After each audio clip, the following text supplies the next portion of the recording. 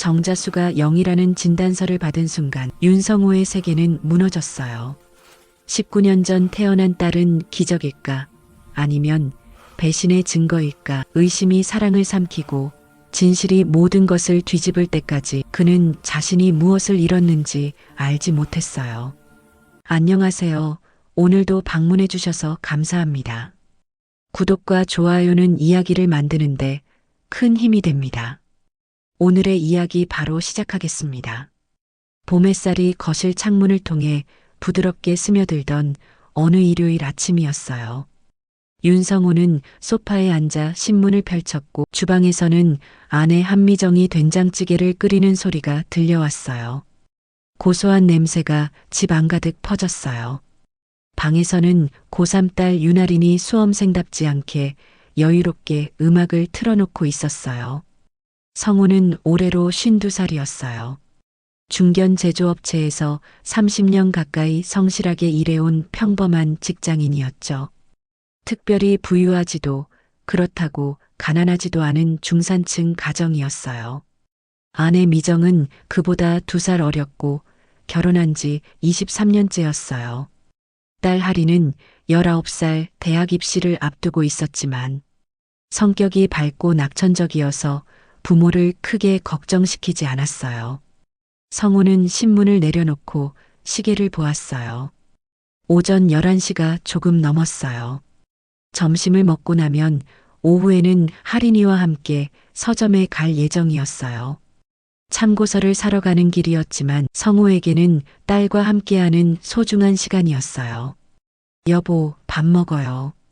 미정의 목소리가 들려왔어요. 식탁에 둘러앉은 세 식구는 자연스럽게 일상을 나눴어요. 하린이는 학교 친구들 이야기를 했고 미정은 동네 마트에서 만난 지인의 근황을 전했어요. 성우는 고개를 끄덕이며 듣기만 했어요. 말이 많은 편은 아니었지만 가족의 이야기를 듣는 것만으로도 충분히 행복했어요. 식사를 마치고 성우는 거실로 돌아왔어요. 탁자 위에 놓인 서류 봉투가 눈에 들어왔어요.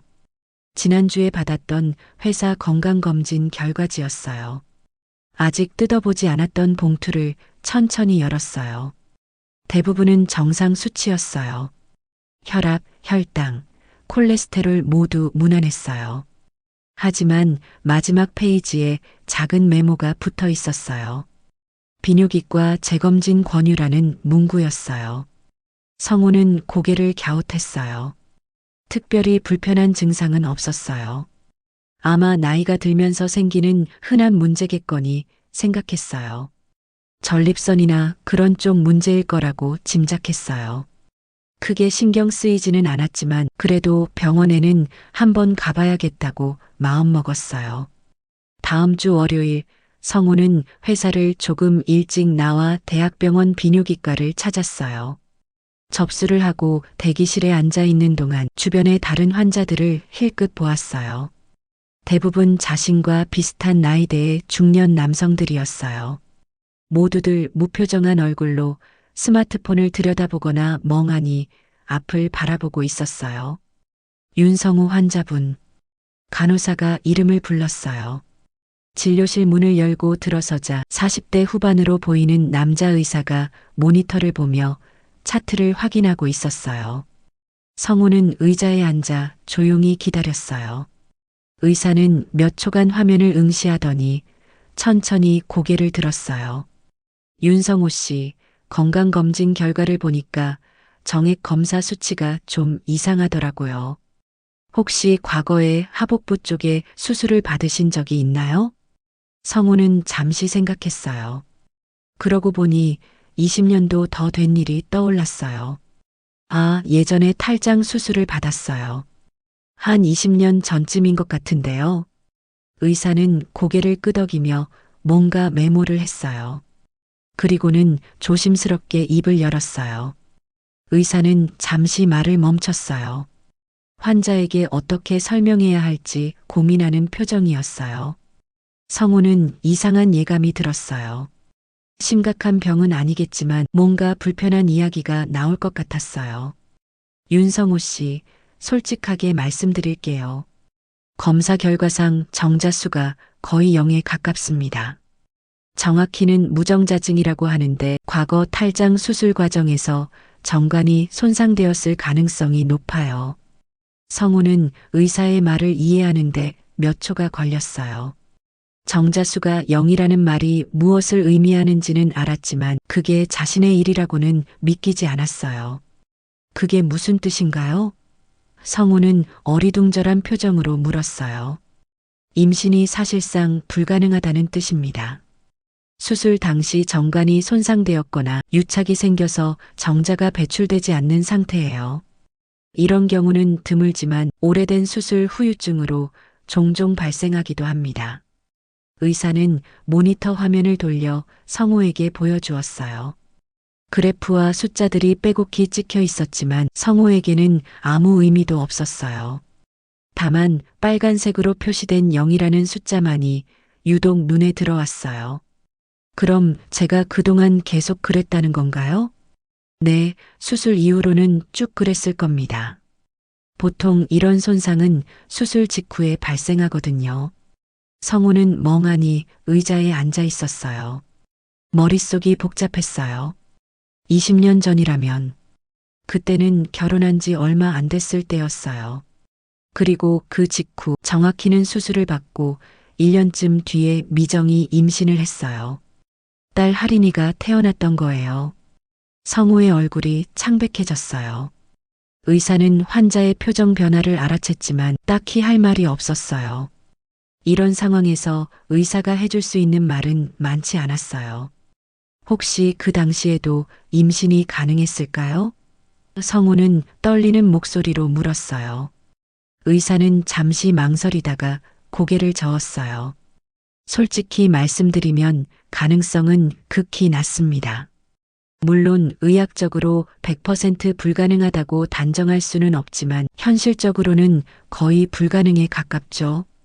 성우는 아무 말도 하지 못했어요. 의사는 추가 검사나 치료 방법에 대해 설명했지만 성우의 귀에는 아무것도 들어오지 않았어요. 그저 정자수 0, 임신 불가능, 20년 전이라는 단어들만 머릿속을 맴돌았어요. 진료를 마치고 병원을 나선 성우는 주차장으로 향했어요. 차에 올라타 시동을 걸었지만 한동안 그대로 앉아 있었어요. 핸들을 꽉 쥔 손에 힘이 들어갔어요.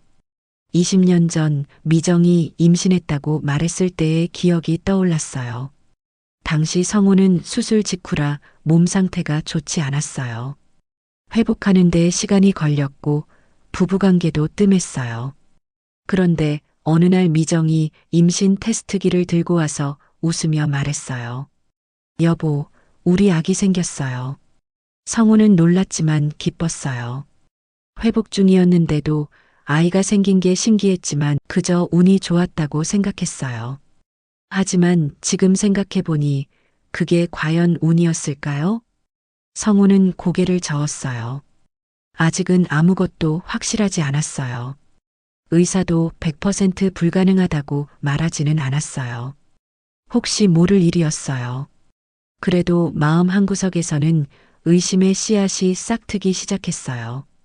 차를 몰고 집으로 향하는 동안 성우의 머릿속은 혼란스러웠어요. 신호등 앞에서 멈춰 설 때마다 옆 차선의 가족들이 보였어요. 아이를 태운 차, 웃으며 이야기하는 부부들. 그들은 모두 행복해 보였어요. 하지만 성우에게는 그 모든 것이 낯설게 느껴졌어요. 집 앞에 도착했을 때 현관 불빛이 켜져 있었어요. 미정이 저녁을 준비하고 있을 시간이었어요. 성우는 차에서 내려 천천히 집으로 걸어갔어요. 평소와 다름없는 풍경이었지만 오늘따라 모든 게 달라 보였어요. 현관문을 열고 들어서자 왔어요?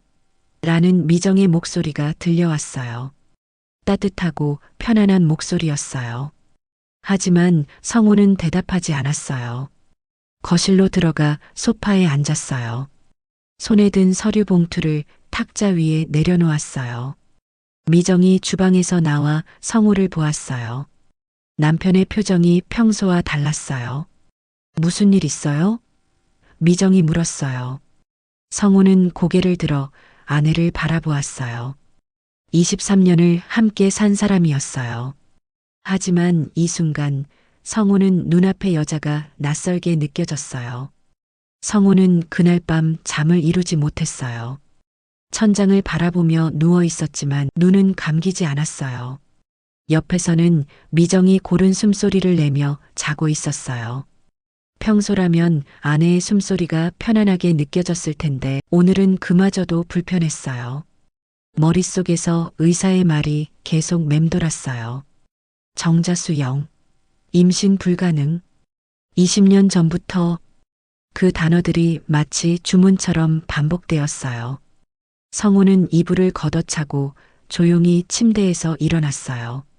거실로 나와 소파에 앉아 어둠 속에서 시간을 보냈어요. 새벽 4시가 넘어서야 성우는 다시 침실로 돌아갔어요. 하지만 잠은 오지 않았어요. 미정의 얼굴을 바라보았어요. 23년을 함께 산 여자였어요. 결혼 초기에는 연애 시절의 설렘이 남아 있었고 아이가 태어난 후에는 가족이라는 끈끈함이 있었어요. 싸우는 일도 거의 없었고 큰 문제도 없었어요. 평범하고 평온한 결혼 생활이었어요. 하지만 지금 성우의 눈에는 그 모든 것이 의심스럽게 보였어요. 다음 날 아침 성우는 일찍 일어나 회사로 향했어요. 출근길 지하철 안에서 사람들을 관찰했어요. 누군가는 졸고 있었고 누군가는 스마트폰을 보고 있었어요. 모두 각자의 삶을 살아가는 평범한 사람들이었어요. 그들 중 누가 자신처럼 비밀을 안고 사는지 알 수 없었어요. 회사에서도 일이 손에 잡히지 않았어요. 성우는 컴퓨터 화면을 멍하니 바라보다가 검색창에 단어를 입력했어요. 무정자증, 임신 가능성, 유전자 검사. 여러 의료 사이트를 돌아다니며 정보를 찾았어요. 대부분의 자료가 같은 내용을 말하고 있었어요. 완전 무정자증인 경우 자연 임신은 거의 불가능하다는 것이었어요. 점심시간이 되어도 식당에 가지 않았어요. 동료들이 함께 가자고 했지만 핑계를 대고 거절했어요. 혼자 사무실에 남아 계속 인터넷을 뒤졌어요. 그러다 한 가지 방법을 발견했어요. DNA 친자 확인 검사. 머리카락이나 타액만 있으면 간단하게 검사할 수 있다는 내용이었어요. 성우는 검사 기관의 연락처를 메모했어요. 하지만 당장 전화를 걸지는 못했어요. 만약 검사 결과가 자신의 의심을 확인시켜 준다면 그 다음은 어떻게 해야 할까요? 23년간 쌓아온 가정이 한순간에 무너질 텐데 그걸 감당할 수 있을까요? 퇴근길 지하철에서 성우는 휴대폰 사진첩을 열었어요. 가족 사진들이 가득했어요. 할인이의 돌잔치, 초등학교 입학식, 가족여행 사진들. 하나하나 넘기며 보았어요. 사진 속 할인이는 늘 밝게 웃고 있었어요. 미정도 행복한 표정이었고 자신도 웃고 있었어요. 그런데 이상했어요. 할인이의 얼굴을 자세히 보니 자신과 닮은 구석이 별로 없었어요. 오히려 미정과 더 닮았어요. 물론 딸이 엄마를 닮는 경우가 많다는 건 알고 있었어요.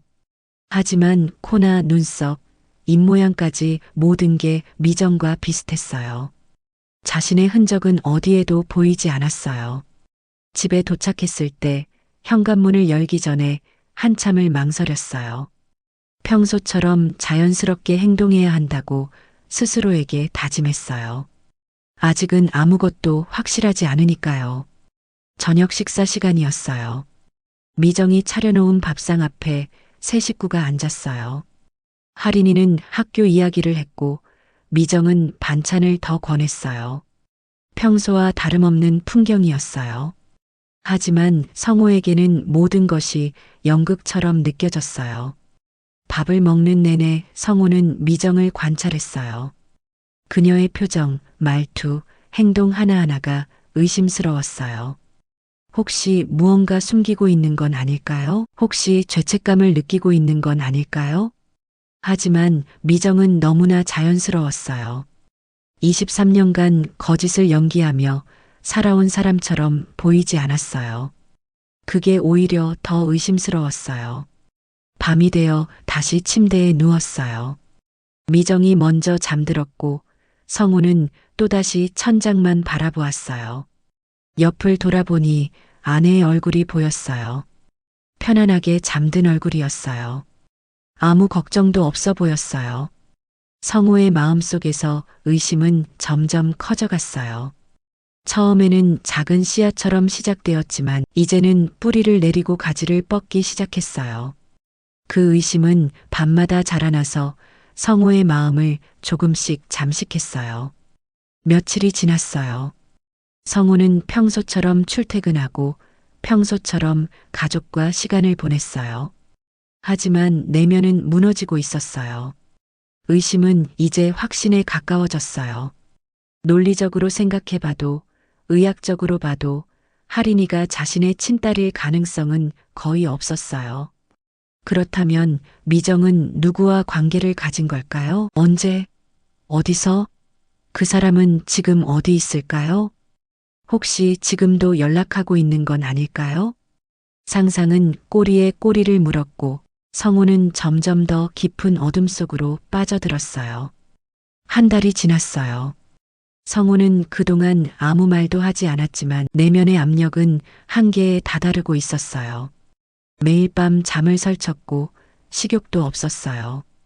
회사 동료들이 얼굴이 안 좋다며 걱정했지만 성우는 그저 피곤하다고만 답했어요. 집에서도 변화가 느껴졌어요. 성우는 점점 말이 없어졌고 미정과 눈을 마주치는 것조차 피했어요. 할인이가 아빠에게 무언가 물어봐도 짧게 대답하거나 아예 대답하지 않았어요.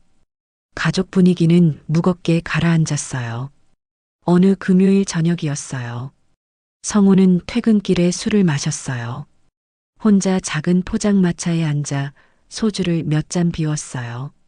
술이 들어가자 억눌렀던 감정들이 올라왔어요. 분노, 배신감, 허무함.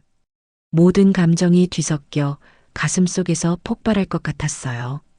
집에 도착했을 때는 밤 9시가 넘어 있었어요.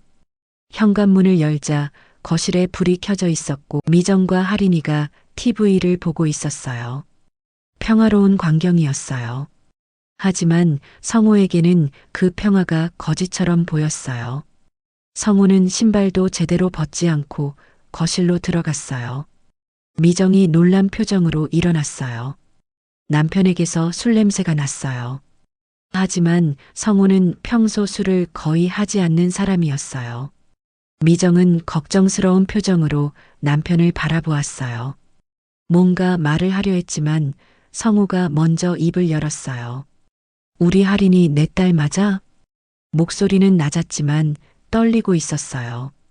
거실의 공기가 순식간에 얼어붙었어요. 할인이는 리모컨을 떨어뜨렸고 미정은 얼어붙은 듯 움직이지 못했어요. 미정의 얼굴이 창백해졌어요.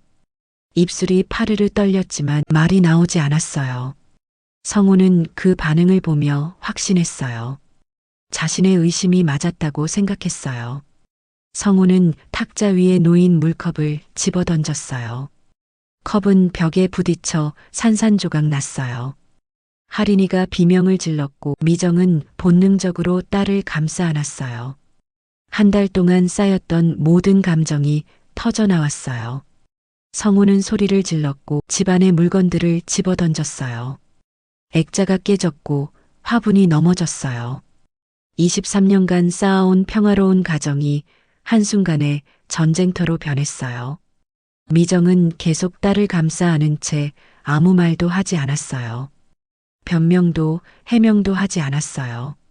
그저 할인이를 보호하는 것만 생각했어요. 할인이는 엄마 품에서 떨며 울었어요. 성우의 분노는 멈추지 않았어요. 모든 것을 부수고 싶었어요. 이 거짓된 가정을, 이 가짜 행복을, 이 모든 것을 없애버리고 싶었어요. 손이 벽을 쳤고 발이 가구를 찼어요. 거실은 순식간에 난장판이 되었어요. 얼마나 시간이 지났을까요? 성우는 지쳐서 소파에 주저앉았어요. 숨이 거칠게 쉬어졌고 손은 떨렸어요. 미정과 하린이는 여전히 구석에서 서로를 껴안고 있었어요. 성우는 떨리는 목소리로 말했어요. 나가라고. 당장 이 집에서 나가라고. 자신의 눈앞에서 사라지라고. 두 사람은 아무 말 없이 일어났어요. 미정은 하린이의 손을 잡고 방으로 들어갔어요. 20분쯤 지났을까요? 두 사람이 작은 가방을 들고 나왔어요. 미정의 눈은 빨갛게 충혈되어 있었지만 눈물은 흘리지 않고 있었어요. 하린이는 계속 울먹이며 엄마 옆에 붙어 있었어요.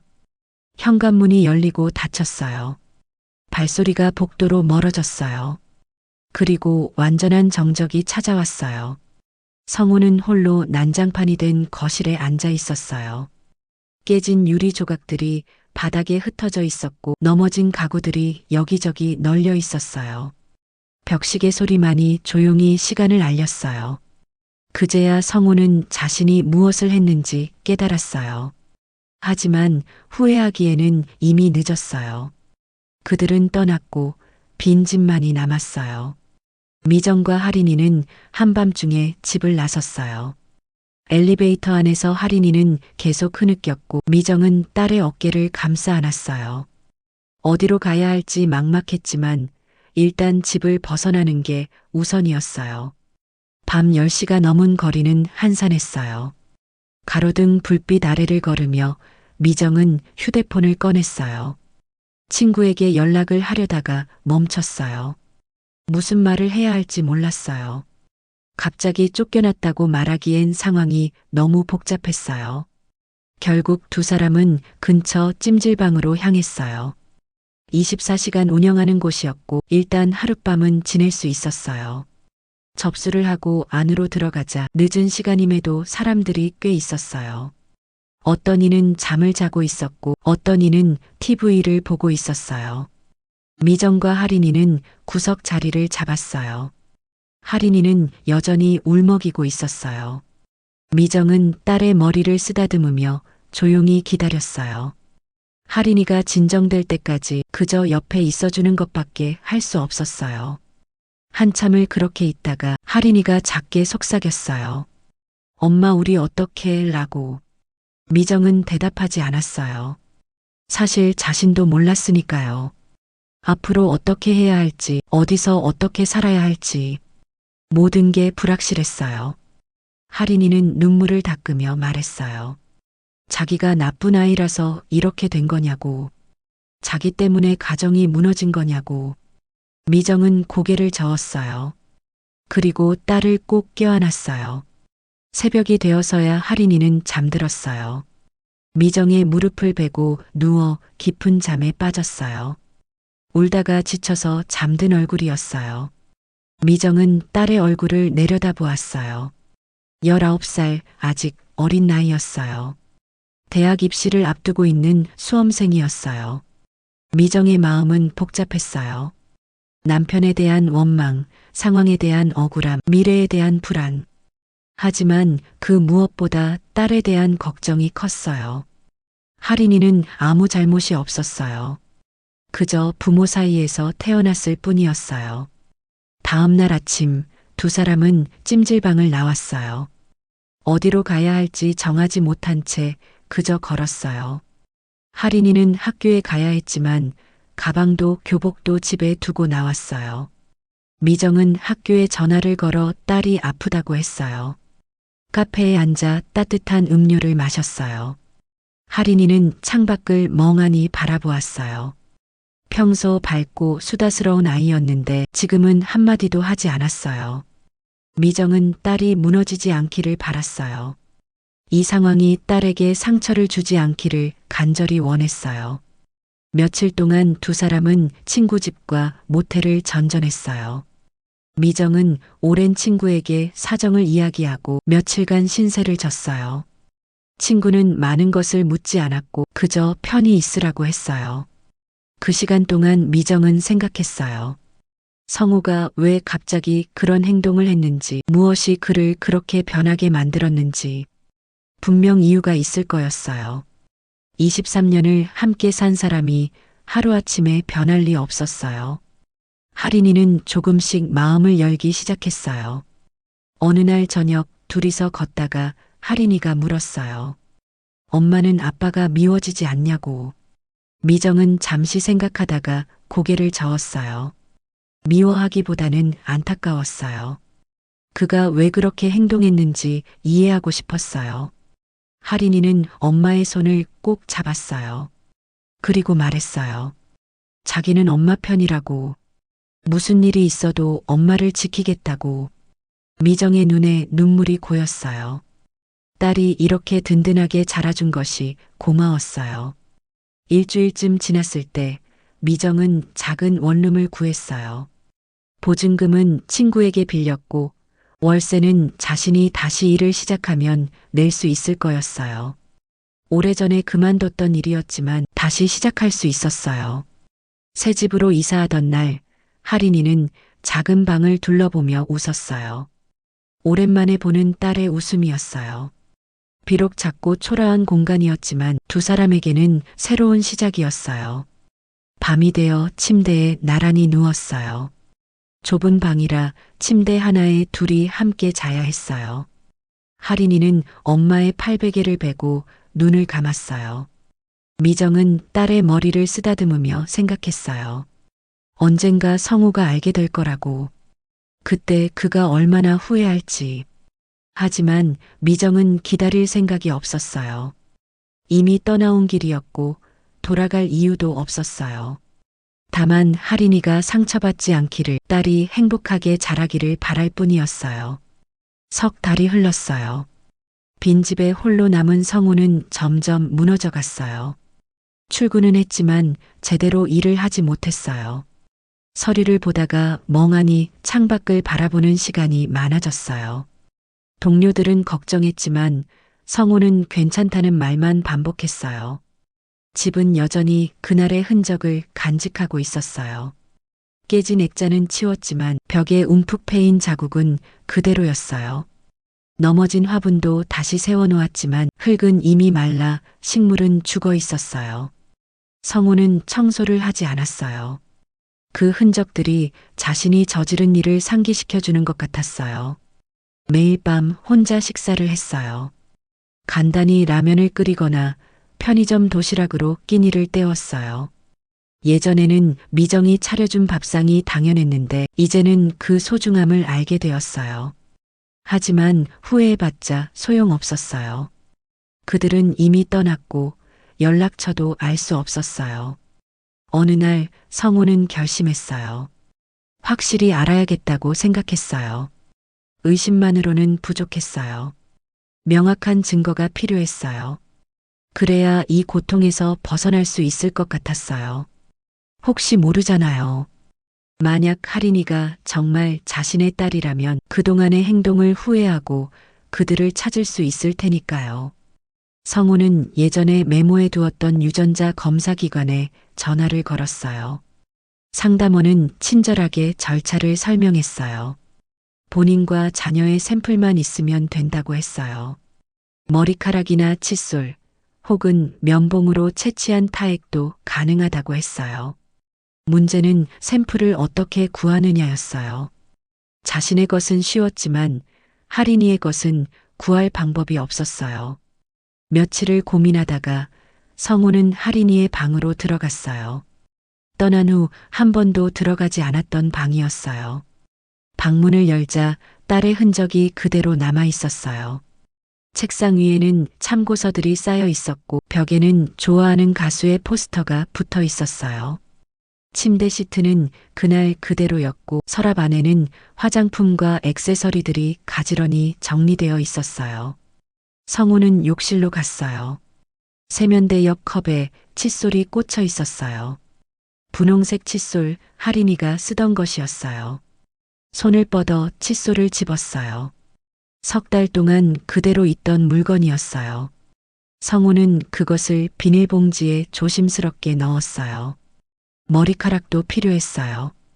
베개를 뒤집어 보니 몇 가닥의 긴 머리카락이 묻어 있었어요. 할인이의 머리카락이었어요. 그것도 함께 봉투에 담았어요. 자신의 샘플은 즉석에서 채취했어요. 입 안쪽을 면봉으로 문지르고 머리카락도 몇 가닥 뽑았어요. 다음 날 성우는 검사기관을 방문했어요. 조용한 건물의 3층에 위치한 작은 사무실이었어요. 접수대에서 서류를 작성하고 샘플을 제출했어요. 직원은 결과가 일주일 정도 걸린다고 안내했어요. 일주일은 길고도 짧았어요. 매일이 고통스러웠지만 동시에 빨리 지나가길 바랐어요. 결과를 알고 나면 뭔가 달라질 거라고 생각했어요. 확실한 답을 얻으면 이 고통도 끝날 거라고 믿었어요. 마침내 일주일 후 이메일로 통보가 왔어요.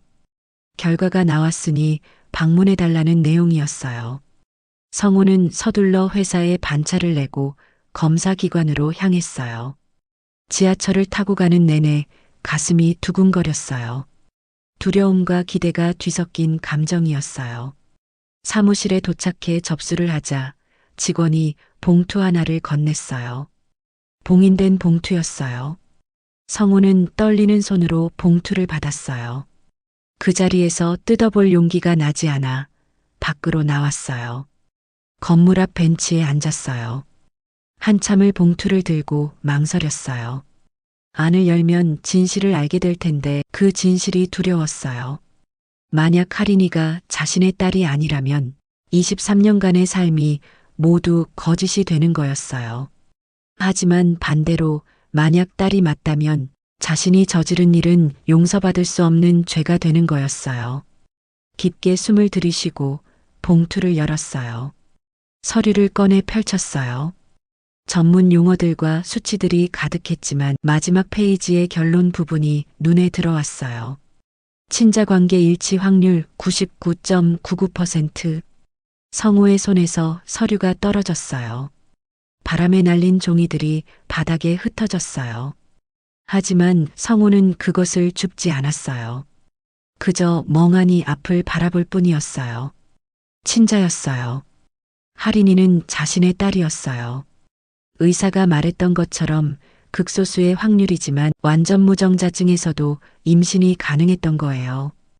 의학적으로는 거의 불가능에 가까운 일이었지만 기적이 일어났던 거예요.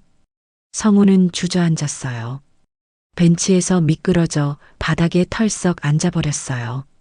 지나가는 사람들이 이상하게 쳐다봤지만 신경 쓰이지 않았어요. 눈에서 눈물이 흘러내렸어요. 한참을 그렇게 울었어요. 자신이 얼마나 끔찍한 실수를 저질렀는지 깨달았어요. 아무 잘못도 없는 아내와 딸을 의심하고 쫓아내고 상처를 주었어요. 23년간 자신을 사랑해준 사람들을 믿지 못하고 배신자 취급했어요. 그 죄책감이 가슴을 짓눌렀어요. 성우는 흩어진 서류를 주워 담았어요. 손이 떨려서 제대로 접히지 않았어요. 겨우 봉투에 넣고 일어섰지만 다리에 힘이 없었어요. 벤치에 다시 앉아 한참을 그 자리에 있었어요. 해가 기울고 있었어요. 오후 햇살이 따스했지만 성우의 마음은 얼어붙어 있었어요. 어떻게 해야 할지 몰랐어요. 그들에게 어떻게 사과해야 할지, 어떻게 용서를 구해야 할지 방법을 찾을 수 없었어요. 집으로 돌아왔어요. 빈 거실에 불을 켜지 않고 그대로 앉았어요. 어둠이 서서히 방을 채웠어요. 성우는 소파에 몸을 기댄 채 천장을 바라보았어요. 결과지를 손에 쥐고 계속 읽고 또 읽었어요. 99.99%라는 숫자가 눈에 선했어요. 휴대폰을 꺼냈어요. 미정의 번호로 전화를 걸었어요. 하지만 연결되지 않았어요. 이미 번호를 바꿨거나 자신을 차단한 것 같았어요. 문자를 보냈지만 답장은 오지 않았어요. 몇 번을 시도했지만 결과는 같았어요. 성우는 소파에 누워 눈을 감았어요. 그러자 기억들이 떠올랐어요. 하린이가 태어나던 날 처음 품에 안았을 때의 느낌. 작고 따뜻했던 그 무게. 첫걸음을 떼었을 때 손뼉을 치며 기뻐하던 모습. 초등학교 입학식에서 새 교복을 입고 웃던 얼굴. 중학교 때는 사춘기가 와서 아빠와 대화를 피했어요. 하지만 생일이면 어김없이 성호의 방에 와서 안아주곤 했어요. 고등학생이 되어서도 가끔 아빠 어깨에 기대 TV를 보던 딸이었어요. 그 모든 순간들이 진짜였어요. 거짓이 아니었어요. 미정과의 추억도 떠올랐어요. 25에 만나 26에 결혼했어요. 신혼여행으로 제주도에 갔었죠. 둘이서 해변을 걷고 소박한 식당에서 밥을 먹었어요. 돈은 없었지만 행복했어요. 아이가 생기고 육아로 힘들 때도 함께 버텼어요. 밤새 우는 아기를 번갈아 안아주고 지쳐서 함께 잠들었던 날들. 성우는 울음을 터뜨렸어요. 소리내어 울었어요. 23년간의 행복이 자신의 의심 때문에 무너졌다는 사실이 견딜 수 없었어요. 미정이 얼마나 황당하고 억울했을까요? 아무 잘못도 하지 않았는데 남편에게 배신자 취급을 받았어요. 게다가 집에서 쫓겨났어요. 할인이는 또 어땠을까요? 아빠가 갑자기 돌변해서 엄마를 의심하고 자신의 존재를 부정했어요. 19살 아이가 감당하기엔 너무 큰 충격이었을 거예요. 대학 입시를 앞둔 중요한 시기에 가정이 무너지는 걸 목격했어요. 성우는 바닥을 쳤어요. 주먹으로 마루를 내리쳤지만 아픈 건 자신뿐이었어요. 그들의 고통은 사라지지 않았어요.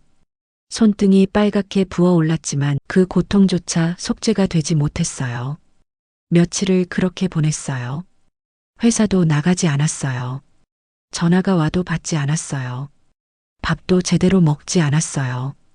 그저 집에 틀어박혀 후회만 했어요. 거울을 보니 수염이 덥수룩하고 눈은 충혈되어 있었어요. 몇 킬로그램이 빠진 것 같았어요. 친구 하나가 걱정되어 찾아왔어요. 현관문을 두드렸지만 성우는 열어주지 않았어요. 한참을 두드리다가 친구는 포기하고 돌아갔어요. 성우는 혼자 있고 싶었어요. 누구도 만나고 싶지 않았어요. 일주일쯤 지났을까요? 회사에서 인사팀 직원이 집으로 왔어요. 무단 결근이 계속되어 걱정이 된다는 내용이었어요. 성우는 어쩔 수 없이 문을 열었어요. 직원은 성우의 모습을 보고 놀랐어요. 하지만 자세한 이유는 묻지 않았어요. 그저 회사로 복귀할 수 있냐고만 물었어요. 성우는 고개를 저었어요. 지금은 일할 수 있는 상태가 아니었어요. 직원은 그렇다면 병가나 휴직을 신청하라고 권했어요. 성우는 고개를 끄덕였어요. 서류를 받아 작성했고 직원은 그것을 가지고 돌아갔어요. 혼자 남은 성우는 다시 소파에 앉았어요. 창밖을 보니 아이들이 놀고 있었어요. 웃음소리가 들렸어요. 그 소리가 자신을 더욱 비참하게 만들었어요. 다른 사람들은 행복하게 살아가는데 자신만 이렇게 무너져 있었어요. 미정과 할인이를 찾아야 했어요. 사과해야 했어요. 무릎 꿇고 용서를 빌어야 했어요. 하지만 그들이 어디 있는지 알 수 없었어요. 친구들에게 물어볼까 생각했지만 그럴 면목이 없었어요. 자신이 저지른 일을 다른 사람들이 알게 되는 것도 두려웠어요. 결국 성우는 아무것도 하지 못했어요. 그저 집에 앉아 시간만 보냈어요. 해가 뜨고 지는 것을 반복해서 지켜보았어요. 계절이 바뀌고 날씨가 변했어요. 하지만 성우의 마음은 그날 그 순간에 멈춰 있었어요. 그렇게 시간은 흘러갔어요. 석 달이, 반년이, 1년이 지났어요. 성우는 천천히 일상으로 돌아갔어요. 회사에 복직했고 다시 일을 시작했어요. 하지만 예전의 성우는 아니었어요. 말이 없어졌고 웃음도 사라졌어요. 그저 기계처럼 일하고 집에 돌아와 잠들기를 반복했어요. 가끔 할인이의 방문을 열어보았어요. 모든 것이 그대로였어요. 먼지만 쌓여갔을 뿐이었어요. 성우는 청소를 하지 않았어요. 그들이 돌아오면 그때 청소하자고 생각했어요. 하지만 그들은 돌아오지 않았어요. 세월은 빠르게 흘렀어요. 어느덧 4년이 지났어요. 성우는 56이 되었고 머리에는 흰머리가 부쩍 늘었어요. 회사에서는 조용히 일만 하는 사람으로 알려졌어요. 동료들과 어울리지 않았고 회식도 거의 나가지 않았어요. 혼자 사는 집은 여전히 그때 그 모습이었어요. 할인이의 방은 그대로 보존되어 있었고 거실의 흔적들도 완전히 지워지지 않았어요. 성우는 그 흔적들을 남겨두고 싶었어요. 자신이 저지른 죄를 잊지 않기 위해서였어요. 어느 날 우편함에 한 통의 초대장이 와 있었어요. 흰색 봉투였고 만지면 고급스러운 질감이 느껴졌어요. 성우는 이상한 예감이 들었어요. 봉투를 열어보니 결혼식 초대장이었어요. 윤아린, 김준서의 결혼식에 초대합니다. 딸의 이름이 적혀 있었어요. 성우의 손이 떨렸어요. 할인이가 결혼한다는 소식이었어요. 초대장에는 날짜와 장소가 적혀 있었어요. 2달 후 서울 시내의 한 웨딩홀이었어요. 하지만 발신인 이름에는 미정의 이름만 있었어요. 성우의 이름은 없었어요. 초대장을 받았다는 것은 그들이 성우를 용서했다는 뜻일까요? 아니면 그저 형식적으로 보낸 것일까요? 성우는 알 수 없었어요. 하지만 한 가지는 확실했어요. 딸의 결혼식에 가고 싶다는 것이었어요.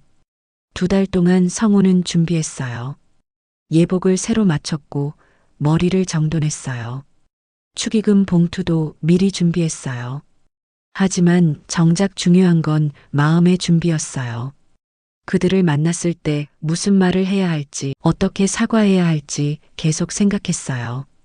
결혼식 당일 성우는 이른 아침부터 일어났어요. 샤워를 하고 정장을 차려입었어요. 거울을 보니 낯선 사람이 보였어요. 4년 사이에 많이 늙었다는 걸 실감했어요. 하지만 최대한 단정하게 꾸몄어요. 딸 앞에 부끄럽지 않게 서고 싶었어요. 웨딩홀에 도착했을 때는 시작 30분 전이었어요. 이미 많은 하객들이 와 있었어요. 성우는 구석에 조용히 서 있었어요. 아는 사람을 마주칠까봐 두려웠어요. 무슨 말을 해야 할지 몰랐어요. 식장 입구에 신랑 신부의 사진이 걸려 있었어요. 성우는 그 사진 앞에 멈춰 섰어요. 하얀 웨딩드레스를 입은 할인이가 환하게 웃고 있었어요. 옆에는 정장을 입은 젊은 남자가 서 있었어요. 두 사람은 행복해 보였어요. 성우의 눈에 눈물이 고였어요. 언제 이렇게 컸을까요? 엊그제 아기였던 것 같은데 어느새 결혼할 나이가 되었어요. 그 성장의 순간들을 함께하지 못했다는 게 가슴 아팠어요. 식이 시작되었어요.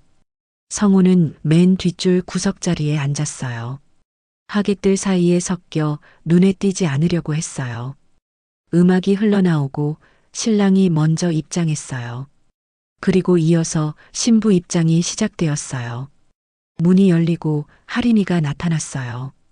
하얀 드레스를 입은 모습이 눈부셨어요. 부케를 든 손이 떨리고 있었어요. 하지만 얼굴에는 미소가 가득했어요. 혼자 걸어 나오는 할인이를 보며 성우는 깨달았어요. 신부 아버지가 함께 입장하는 순서가 없다는 것을요.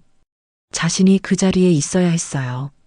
딸의 손을 잡고 함께 걸어가 신랑에게 딸을 인도해 주어야 했어요. 하지만 그럴 자격을 스스로 버렸어요. 4년 전 그날 모든 것을 잃었어요. 식이 진행되는 동안 성우는 눈물을 참았어요. 하객들 사이에서 훌쩍이는 소리가 들렸지만 성우는 소리 내지 않으려 애썼어요. 그저 딸의 모습을 눈에 담았어요. 행복한 모습을 가슴에 새겼어요.